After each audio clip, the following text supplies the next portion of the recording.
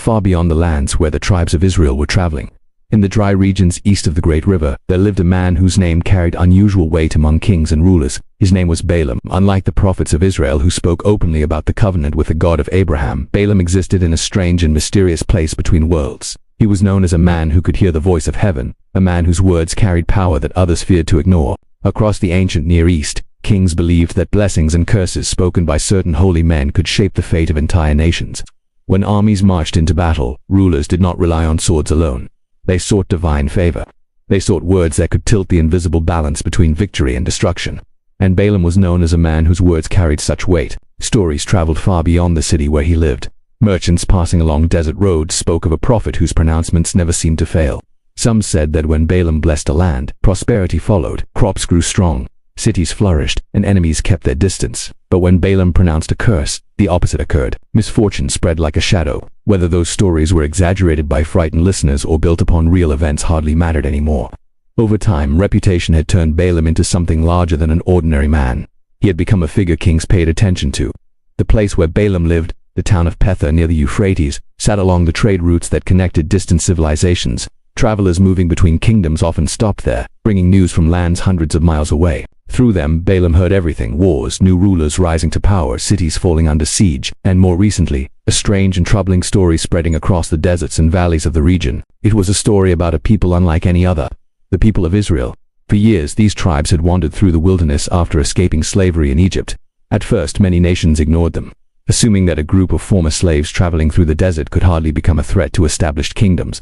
But the reports arriving through merchants and travelers told a different story. The people were numerous, their God was powerful, and wherever they went, something unusual seemed to follow. Enemies who tried to stop them were defeated. Armies larger and better equipped failed to destroy them. Again and again, the stories carried the same unsettling conclusion. This wandering nation was protected by a God unlike the gods of the surrounding lands. One name often appeared in these accounts: Moses. Under his leadership, the tribes of Israel had crossed deserts, survived years in the wilderness, and now moved steadily toward the lands east of the Jordan River.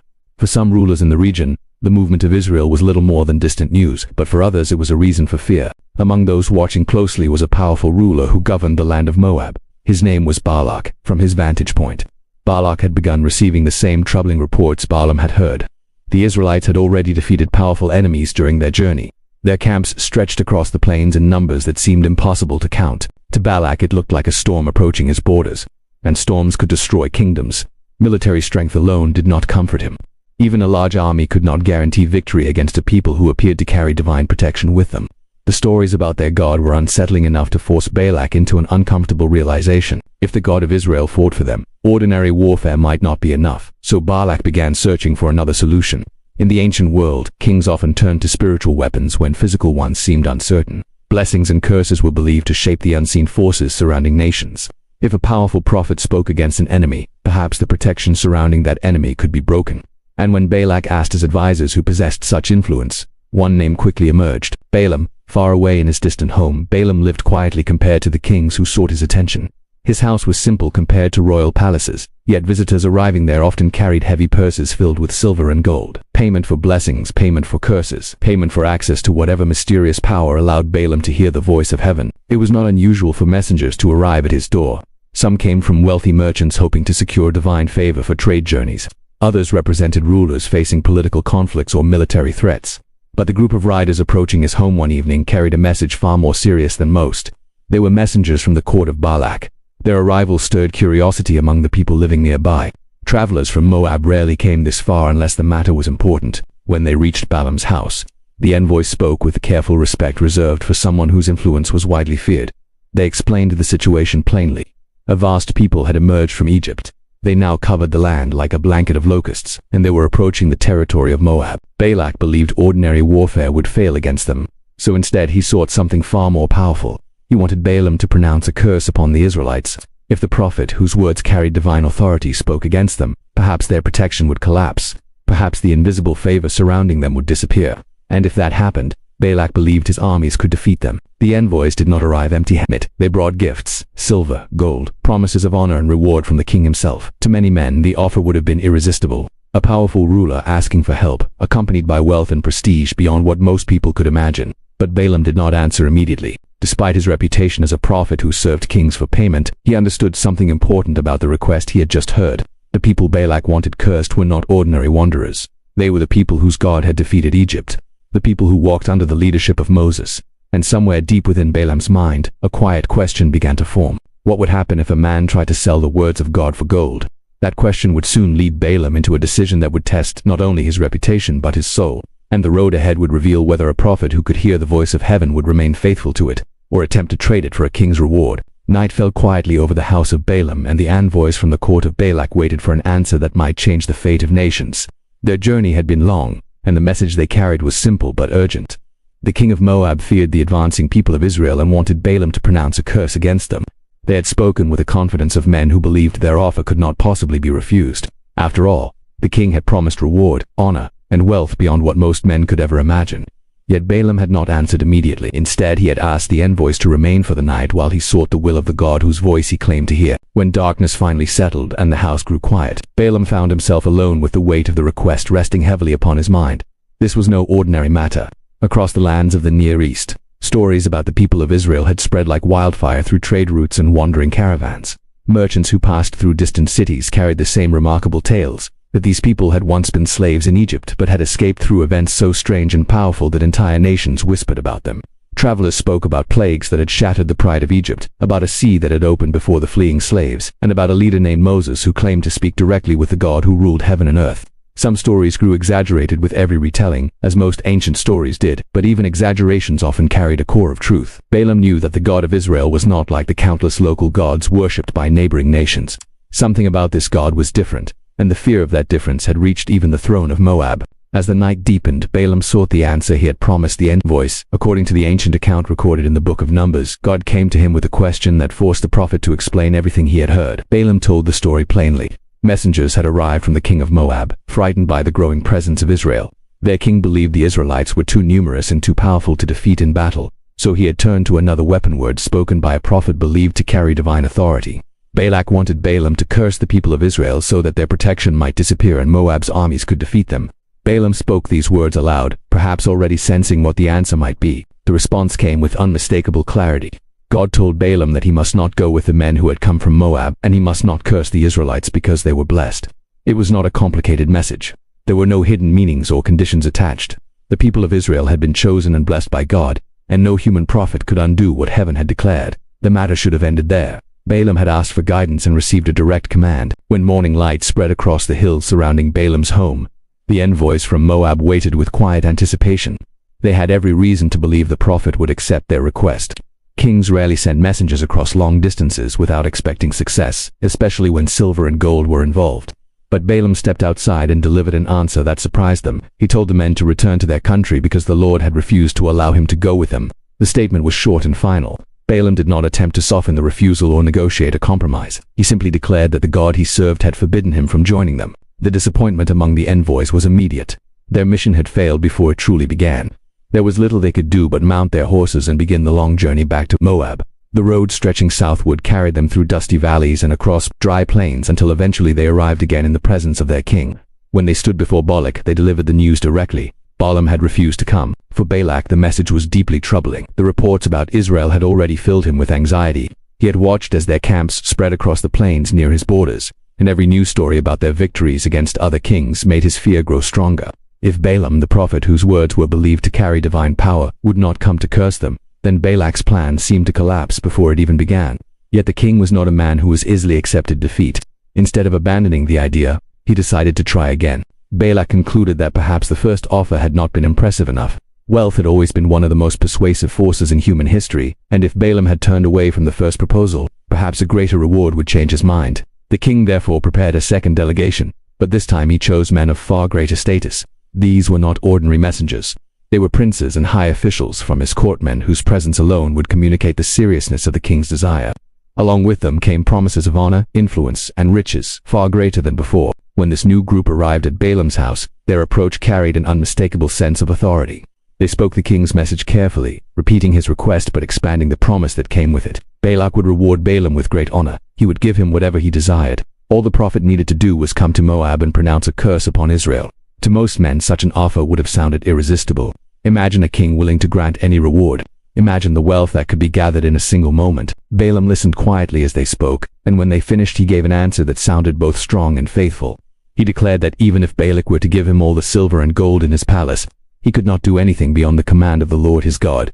The statement appeared noble, a declaration that no treasure on earth could persuade him to disobey the divine voice he served.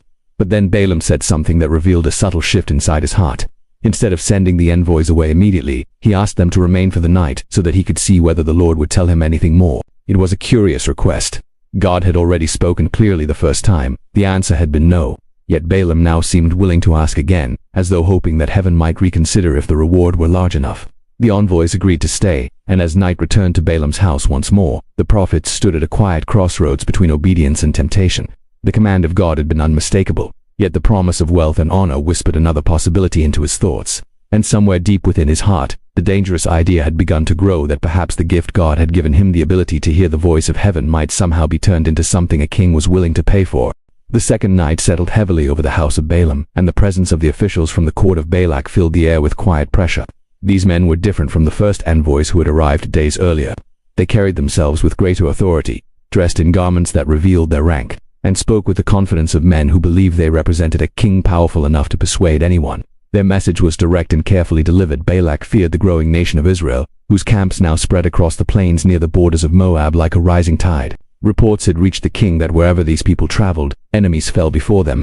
The armies of powerful rulers had already failed to stop them, and their gods seemed to fight on their behalf. Balak believed that ordinary warfare might not be enough to defeat such a people. So he had chosen another weapon, one that kings across the ancient world often trusted when armies seemed uncertain. He had turned to a prophet whose words were believed to shape the unseen forces surrounding nations. Balaam's reputation had traveled far beyond his home near the Euphrates, and rulers believed that when he blessed a nation it prospered, and when he cursed one, misfortune followed. Now Balak wanted that power directed against Israel. The officials spoke with persistence but also with promise. The king, they said, was ready to honor Balaam greatly. Wealth, prestige, and influence would all be his if he agreed to travel to Moab and pronounce a curse upon the Israelites. The offer was enormous. To most men, such an opportunity would have been irresistible.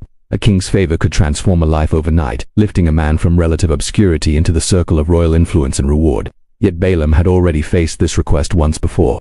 The first group of envoys had brought a similar message, and during that earlier night, Balaam had sought the will of God.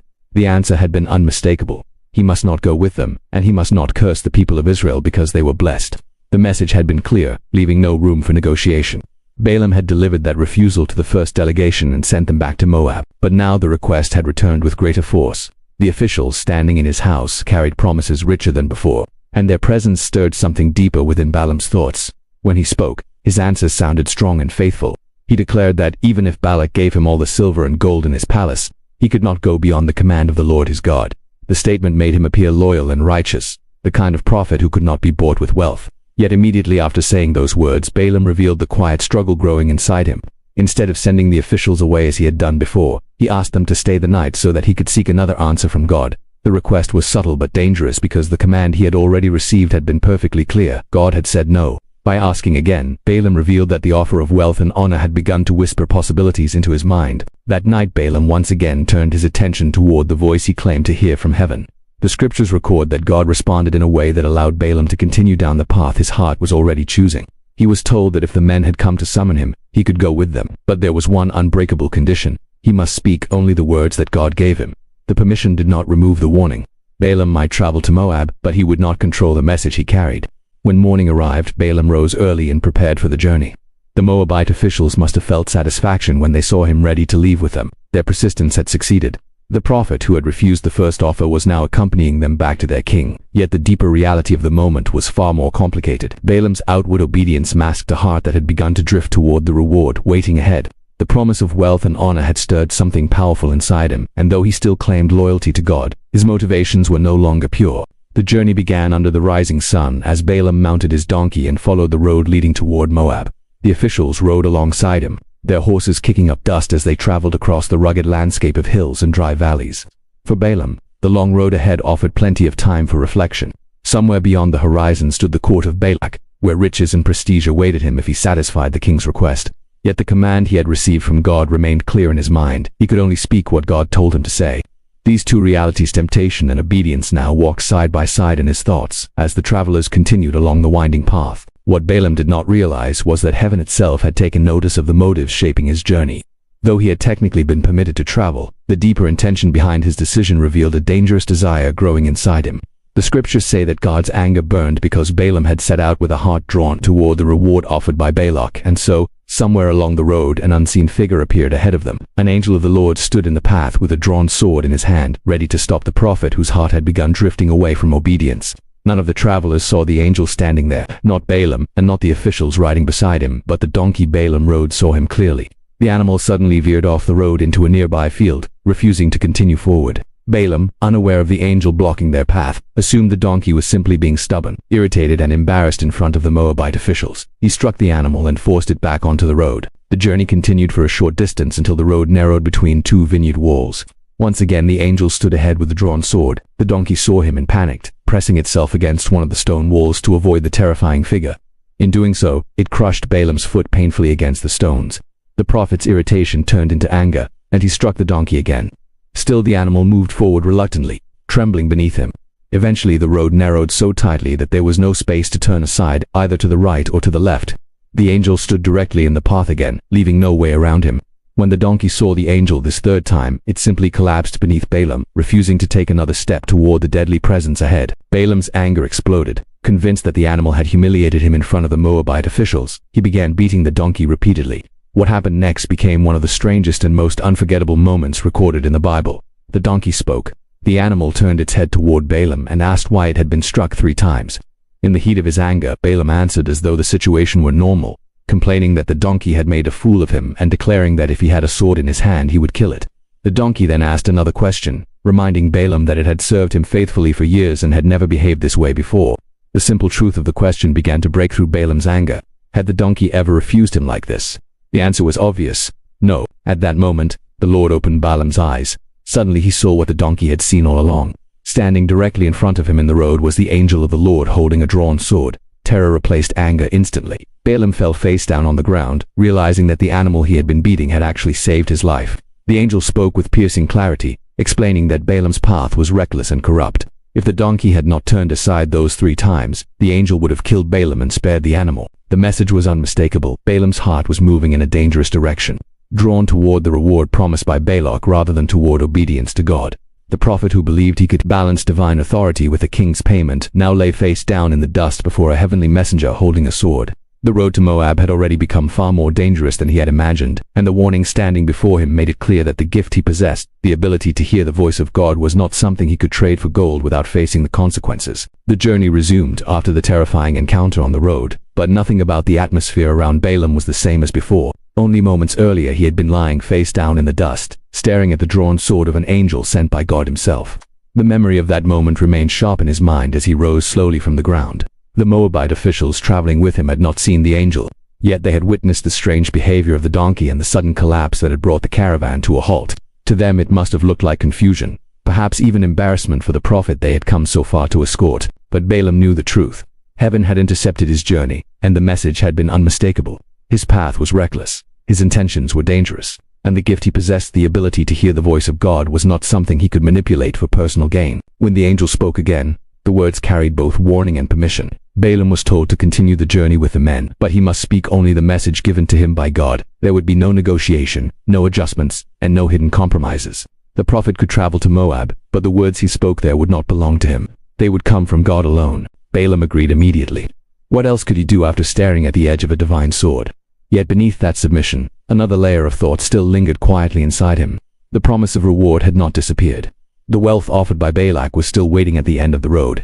Balaam now understood that he could not curse Israel directly if God refused, but perhaps there would still be some way to satisfy the king while technically obeying the command he had been given. With that uneasy balance in his mind, Balaam climbed back onto his donkey and the travelers continued their journey toward Moab. The land gradually changed as they moved southward, the hills giving way to the wide plains east of the Jordan River. In the distance stretched the territory controlled by Balak, a kingdom watching the horizon with growing anxiety. Word had already spread through Moab about the approaching Israelites. Stories circulated about their escape from Egypt, about the sea that had opened before them, and about the victories they had won against powerful kings along their path. To the people of Moab, Israel did not look like an ordinary nation. They looked like a force guided by a divine power that could not easily be resisted. Balak had watched their progress with deepening fear. Each new report made the danger feel closer, more immediate, and more impossible to confront through military strength alone. So when news reached the king that Balaam was finally on his way, relief mixed with anticipation inside the royal court. Balak believed he had found the one man capable of turning the spiritual tide against Israel. If Balaam's words truly carried power, then a curse spoken from the heights above the Israelite camp might weaken them before battle ever began. The king's hope rested not on swords or chariots but on the voice of a prophet who claimed to speak with God. Balak did not wait inside his palace for Balaam to arrive. Instead, he rode out personally to meet him at the border of Moab, accompanied by members of his court and the leaders of his people. When the prophet finally approached, the king's frustration spilled into his greeting. Balak reminded Balaam that he had sent messengers before and had been refused. Why had Balaam not come immediately when first summoned? Did the prophet not realize that the king had the power to reward him greatly? Beneath the polite surface of the question lay an unspoken warning. Balak was a ruler accustomed to obedience, and the delay had tested his patience. Balaam answered carefully, aware that he was standing between a king's expectations and God's command. He told Balak that he had indeed come now, but the words he spoke would not be his own. Whatever God placed in his mouth would be the message he delivered. It was both a statement of loyalty to God and a subtle warning to the king that the outcome might not unfold exactly as Balak hoped, but the king was determined. Fear of Israel had grown too large to ignore, and he believed that once Balaam saw the vast camp of the Israelites spread across the plains, he would understand the urgency of the situation. Balak welcomed Balaam with a display of royal hospitality. Animals were sacrificed, and a feast was prepared for the prophet and the officials who had traveled with him.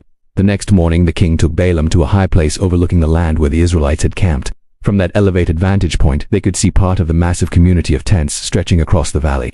It was a sight that confirmed Balak's fears. Israel was not a small wandering tribe. They were a vast people moving together like a nation guided by purpose. Their presence alone seemed to declare that something powerful stood behind them. Balak wasted no time explaining what he wanted. 7 altars were to be built on that high place, and sacrifices would be offered upon them. In the ancient world, such rituals were often associated with seeking divine favor or attempting to influence the spiritual realm. The king hoped that through these offerings Balaam would receive the power needed to curse Israel.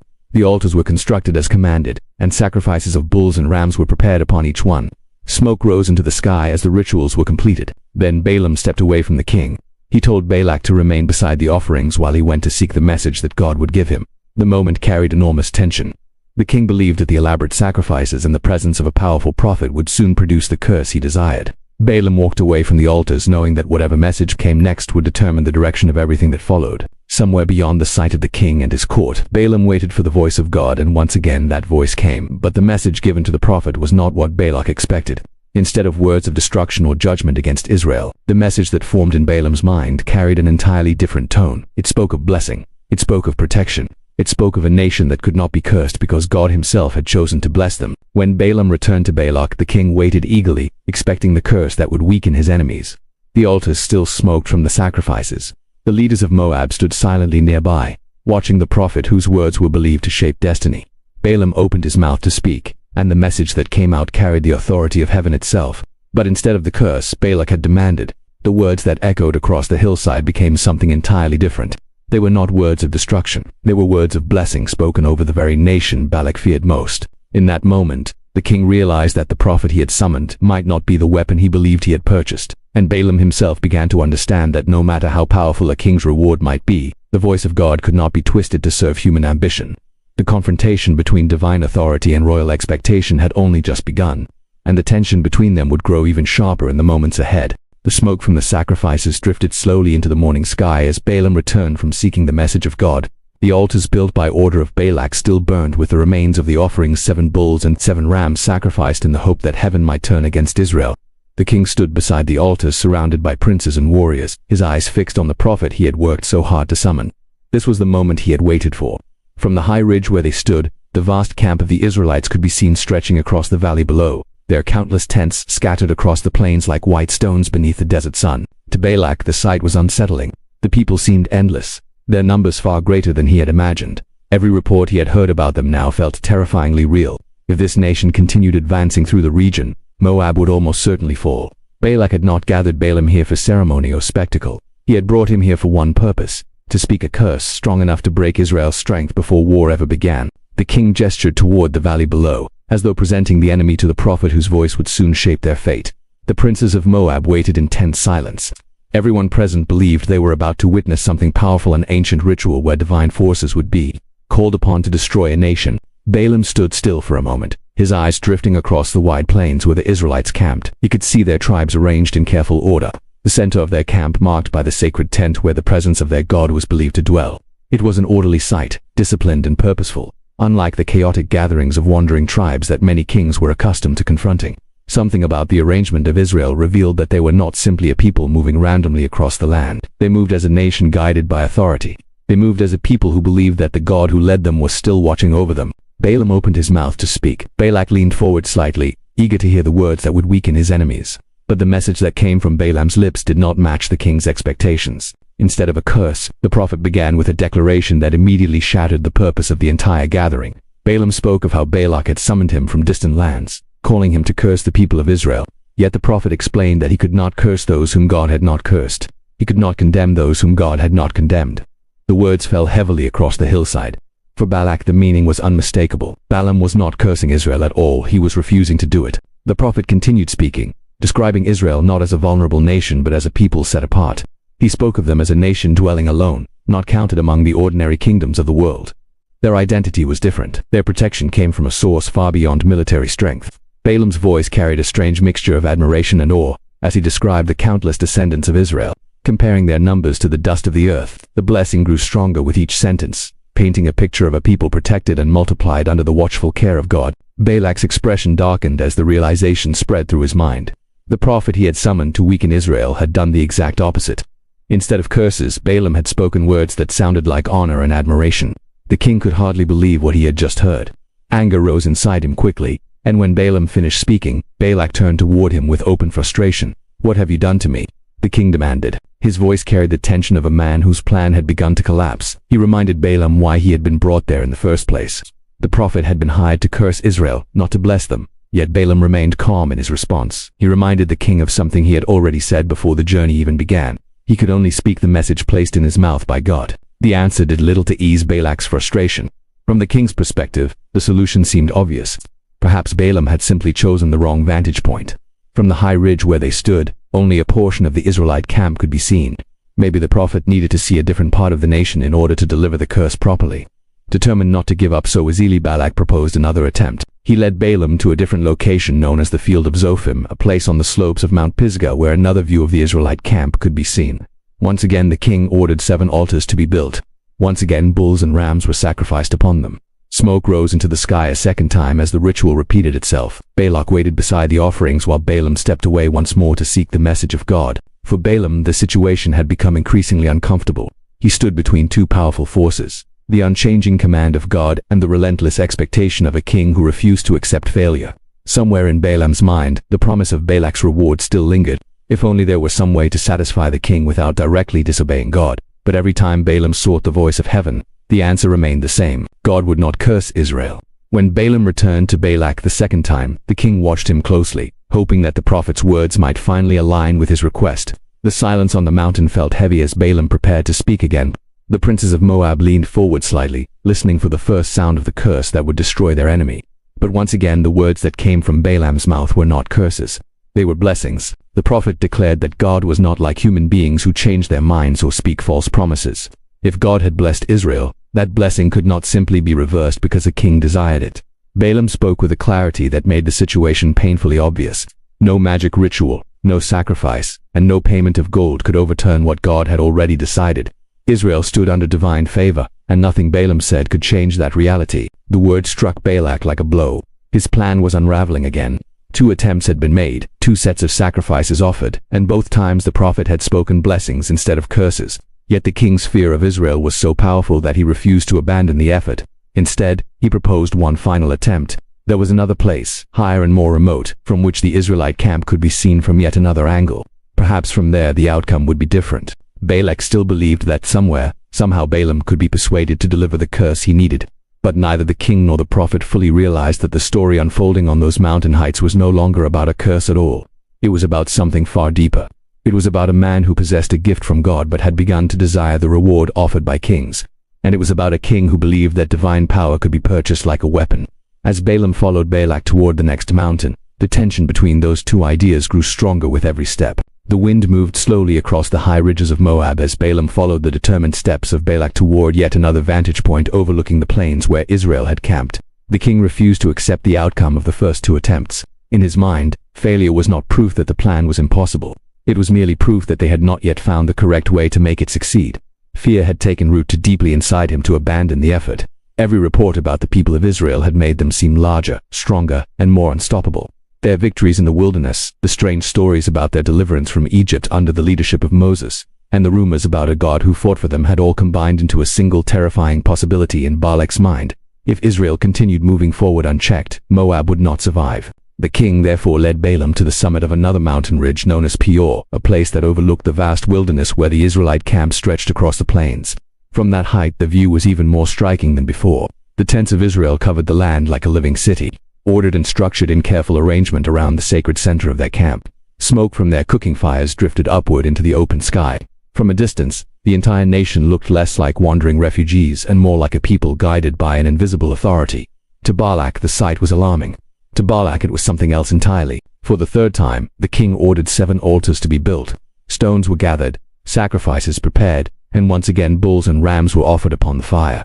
The repetition of the ritual revealed how deeply Balak believed in the power of these acts. In the ancient world, kings and priests often performed such sacrifices in the hope that spiritual forces might be influenced or persuaded. Balak assumed that somewhere within this process lay the key to turning the God of Israel against his own people. But what Balak failed to understand was that the God who had chosen Israel was not like the local gods worshipped by surrounding nations.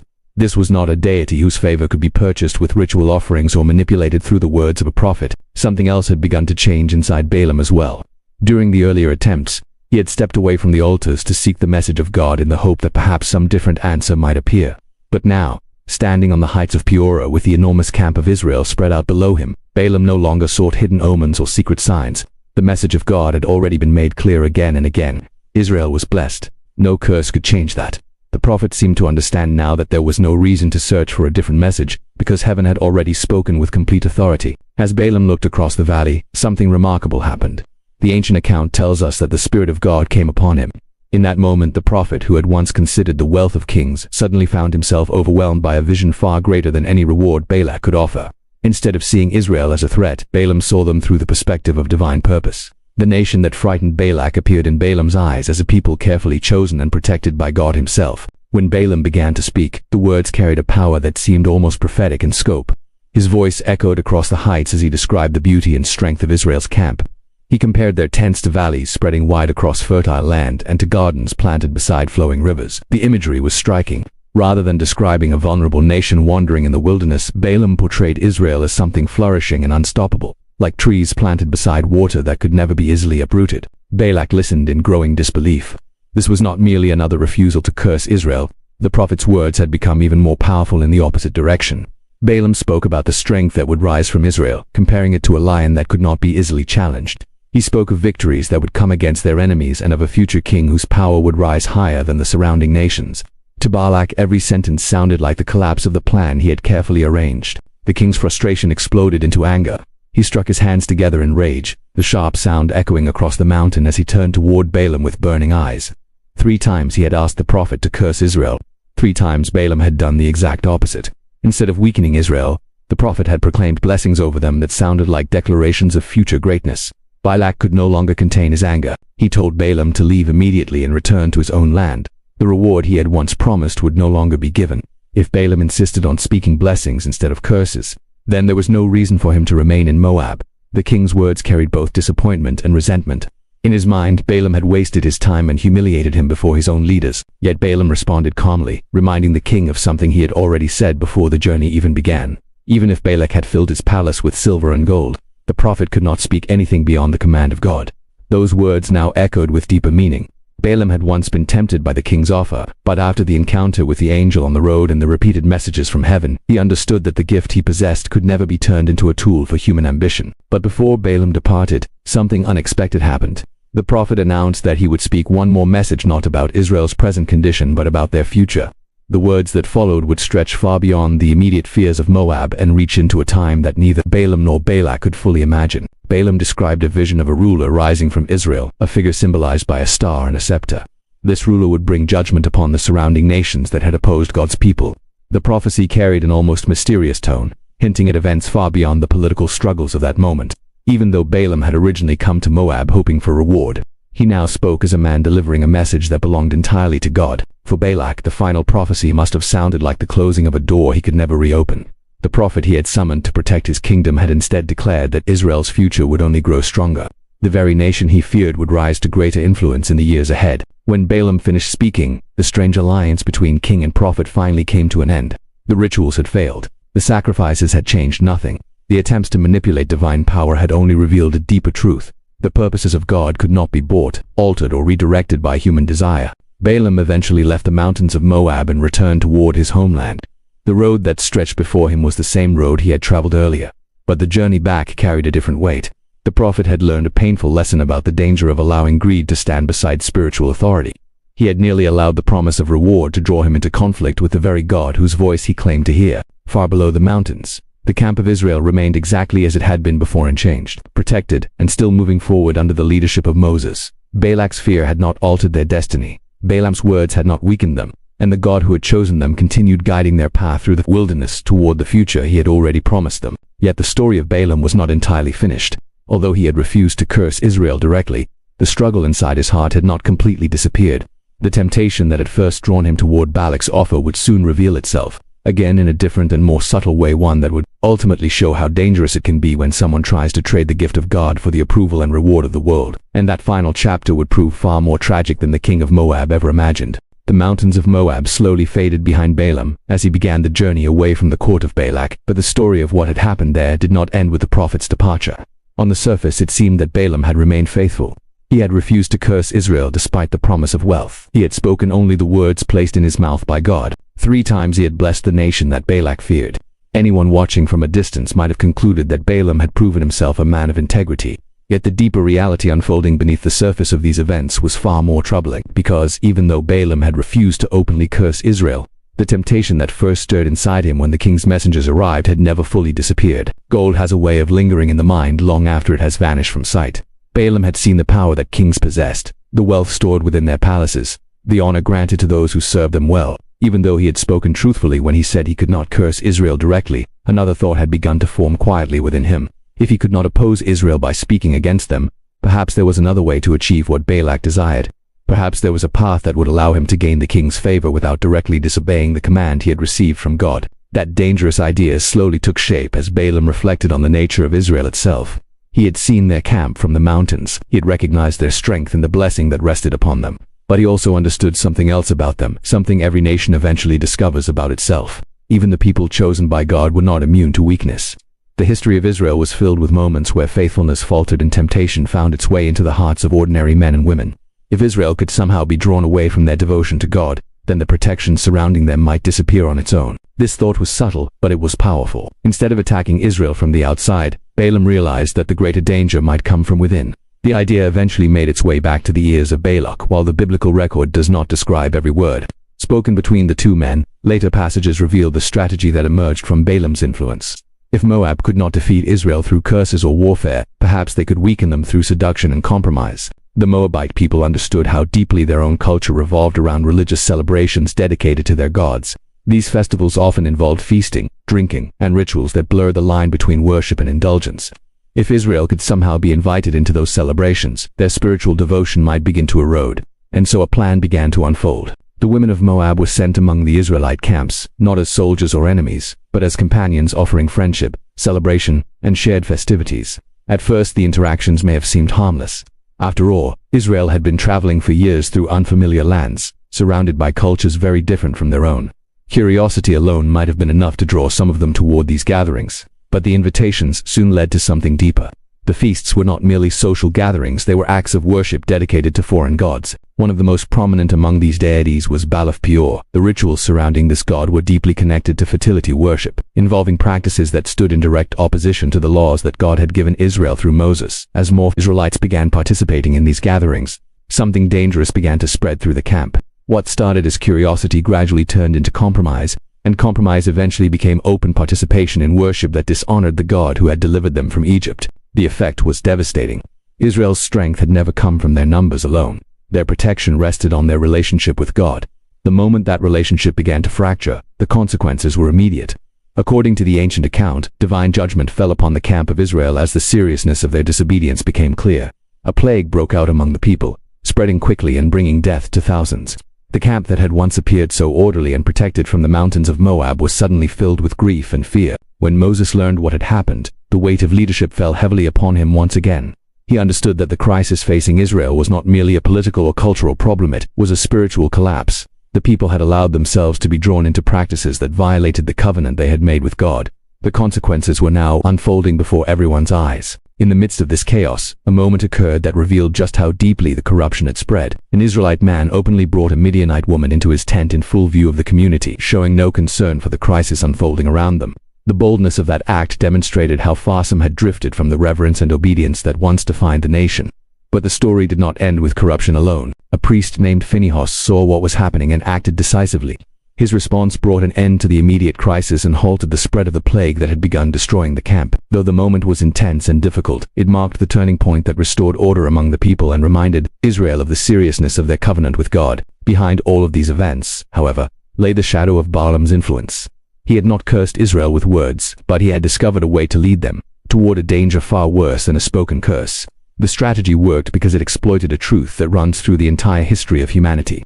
Enemies on the outside can rarely destroy a people as effectively as corruption on the inside. By encouraging Balak to seduce Israel into disobedience, Balaam had come dangerously close to achieving the very outcome he had been forbidden to produce directly. The blessing spoken by God over Israel could not be reversed by magic or ritual. But if Israel abandoned their faithfulness, they could bring consequences upon themselves. This was the tragic irony of Balaam's story.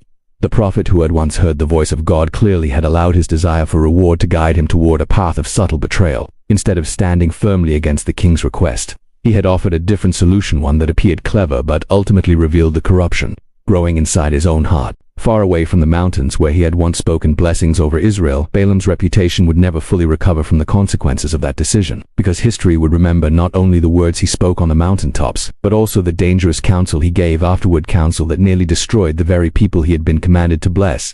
And the final chapter of Balaam's life would prove that no one can play games with divine truth forever without eventually facing the consequences. The crisis within the camp of Israel slowly subsided after the judgment that had struck them at Peor.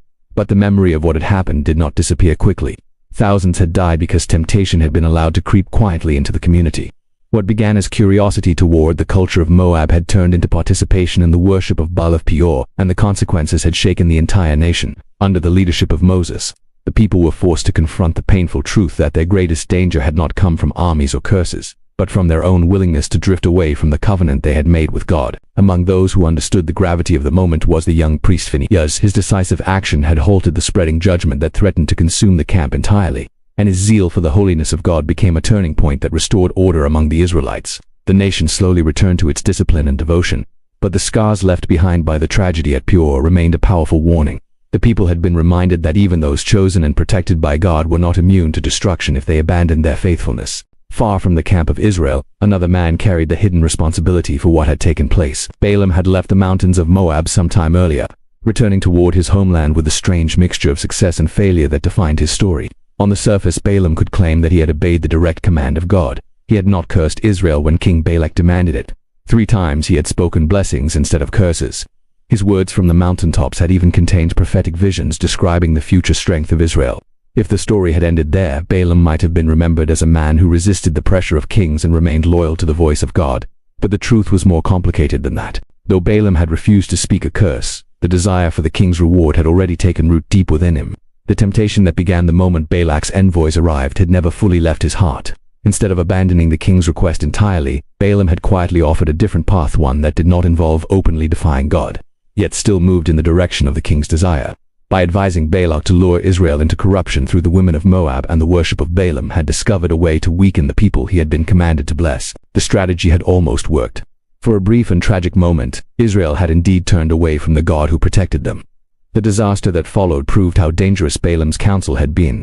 Even though Balaam may have convinced himself that he had not technically disobeyed God's command, the consequences revealed the truth. His advice had nearly accomplished the destruction that Balak originally saw through curses. Stories like this rarely remain hidden for long. As the years passed and Israel continued its journey through the wilderness, the role Balaam had played in the events at Peor became increasingly clear. The people eventually learned that the temptation that had nearly destroyed them was not simply a random cultural encounter but part of a deliberate strategy encouraged by the very prophet who had once stood on the mountain proclaiming their blessing. That revelation transformed Balaam's reputation forever. The man who had once spoken with divine authority was now remembered as someone who had tried to manipulate the boundaries of obedience. He had attempted to walk close enough to God's command to appear faithful while still pursuing the reward offered by human power. It was a dangerous path, one that revealed a fundamental misunderstanding about the nature of true obedience. God does not merely look at the words people speak or the actions they avoid. He sees the intentions hidden within the heart. While Balaam continued living beyond the borders of Israel for some time, the political tensions between Israel and the surrounding nations did not disappear. The wilderness years were slowly drawing toward their conclusion, and Israel was preparing to move into the land that had been promised to them generations earlier. As this transition approached, conflicts with neighboring peoples became increasingly inevitable.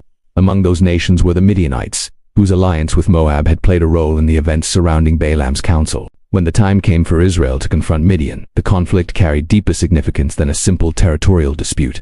It was connected to the memory of Pur, the tragedy that had nearly shattered the nation's covenant with God. Moses understood that the battle ahead was not merely about land or power. It was about confronting the influence that had drawn Israel into corruption. The army of Israel advanced under Moses' command, and the confrontation with Midian was swift and decisive. The forces opposing Israel were defeated, their leaders overthrown, and the threat they posed to the community of Israel was brought to an end. But among those who fell during that conflict was a man whose story had begun with a donkey speaking on a lonely road and had ended with a prophet standing between divine truth and human ambition. That man was Balaam. The biblical account records that Balaam was killed during the battle against Midian. His life ended not as a celebrated prophet remembered for his visions, but as a cautionary figure whose story carried a powerful warning for generations that followed. The man who once spoke blessings over Israel had ultimately aligned himself with the very forces that sought their destruction. There is something deeply tragic about the way Balaam's life unfolded. Unlike many villains in history who openly opposed God or righteousness, Balaam began his story with genuine spiritual insight. He heard the voice of God clearly. He possessed a gift that allowed him to perceive truths others could not see. He even demonstrated moments of obedience when he refused to curse Israel directly. Yet despite all these advantages, the quiet desire for wealth and recognition slowly corrupted his judgment. Balaam's downfall did not come from ignorance. It came from compromise. He tried to serve two masters at once, the God who gave him his prophetic gift, and the kings who promised him honor and wealth. For a time he believed he could balance those competing loyalties without consequence. But in the end, that balance proved impossible. The attempt to trade God's gift for personal gain eventually pulled him into a path that led directly to destruction. Long after Balaam's death, his story continued to echo through the teachings of Israel's prophets and later writers. His name became associated with the danger of spiritual corruption, the warning that even those who claim to speak for God can fall if they allow greed to guide their decisions. The memory of Balaam served as a reminder that spiritual authority is not measured by the visions someone receives or the words they speak, but by the integrity of the heart behind those words. And so the prophet who once stood on the mountains of Moab looking down upon the vast camp of Israel became one of the most sobering figures in biblical history. His story reminds every generation that the gifts of God are not commodities to be traded, negotiated, or sold. They are sacred responsibilities entrusted to those who must choose whether they will serve truth faithfully, or slowly surrender that truth for the approval and rewards offered by the world. The story of Balaam does not end with the clash of armies or the fall of Midian. Long after his death on the battlefield, the shadow of his choices continued to echo through the memory of Israel. His life became something more than a historical event. It became a warning, one that would be repeated and remembered whenever people spoke about the dangers of mixing divine calling with personal ambition. Balaam's story is unsettling precisely because he was not an obvious enemy of God. Many villains in ancient history openly opposed divine authority. Kings raised armies against prophets. Nations worshipped idols without hesitation, and tyrants ruled through violence and arrogance. Balaam, however, began as something very different. He was a man who truly heard the voice of God. The scriptures describe moments where God spoke to him directly, giving him instructions and revealing truths about the future. When the messengers of Balak first arrived at his house with promises of wealth, Balaam did not immediately accept their offer. Instead, he sought the answer of heaven. At first glance, that decision seems admirable, yet the deeper tragedy of Balaam's life lies in the slow transformation of his heart. The temptation of gold, honor, and influence did not overwhelm him in a single moment. It crept into his thinking gradually, shaping his decisions in subtle ways. Even when he obeyed God's command not to curse Israel, the desire for the king's reward continued to whisper quietly inside him. That whisper eventually led him to discover a dangerous compromise. If he could not directly curse Israel, perhaps he could help their enemies find another path to weaken them. That decision changed everything. through the strategy that lured Israel toward the worship of Baal of Peor. Balaam's influence nearly destroyed the very people he had been commanded to bless. The tragedy that unfolded within Israel's camp showed how destructive spiritual compromise can become. It also revealed an uncomfortable truth about human nature. People often fall not through open rebellion, but through the quiet rationalization of small compromises. Balaam had convinced himself that he was still technically obeying God. After all, he had never spoken the curse Balak demanded. But obedience that searches for loopholes is not true obedience. It is simply disobedience wearing a disguise. This is why Balaam's story remained alive long after his death. Later generations of Israel would continue to reference his name whenever they spoke about the corruption that comes from loving reward more than truth. Prophets, teachers, and spiritual leaders repeated the warning embedded in his life. A person can possess genuine spiritual gifts and still lose everything if their heart becomes divided. Perhaps the most haunting image in Balaam's story occurs much earlier, on the lonely road where his donkey suddenly refused to continue forward. That strange moment revealed something profound about the prophet's spiritual blindness. While Balaam was rushing toward the reward offered by the king, the animal beneath him saw what the prophet himself could not, a messenger of God standing directly in the path with a drawn sword. The irony is unforgettable. A man known for his ability to receive divine visions was unable to see the danger standing directly in front of him. Only when the donkey spoke and God opened Balaam's eyes did he realize how close he had come to destruction. That moment should have served as a permanent turning point in his life. For a time, it did cause him to act more carefully. Yet the deeper temptation within his heart was never completely removed. And that is what ultimately led to his downfall. Balaam's life demonstrates that spiritual experiences alone do not guarantee spiritual faithfulness.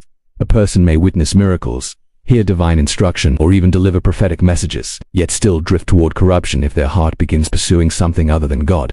The gifts given by heaven are powerful, but they are never meant to be treated as tools for personal advancement. In the end, Balaam's story becomes a mirror reflecting the choices every generation must face.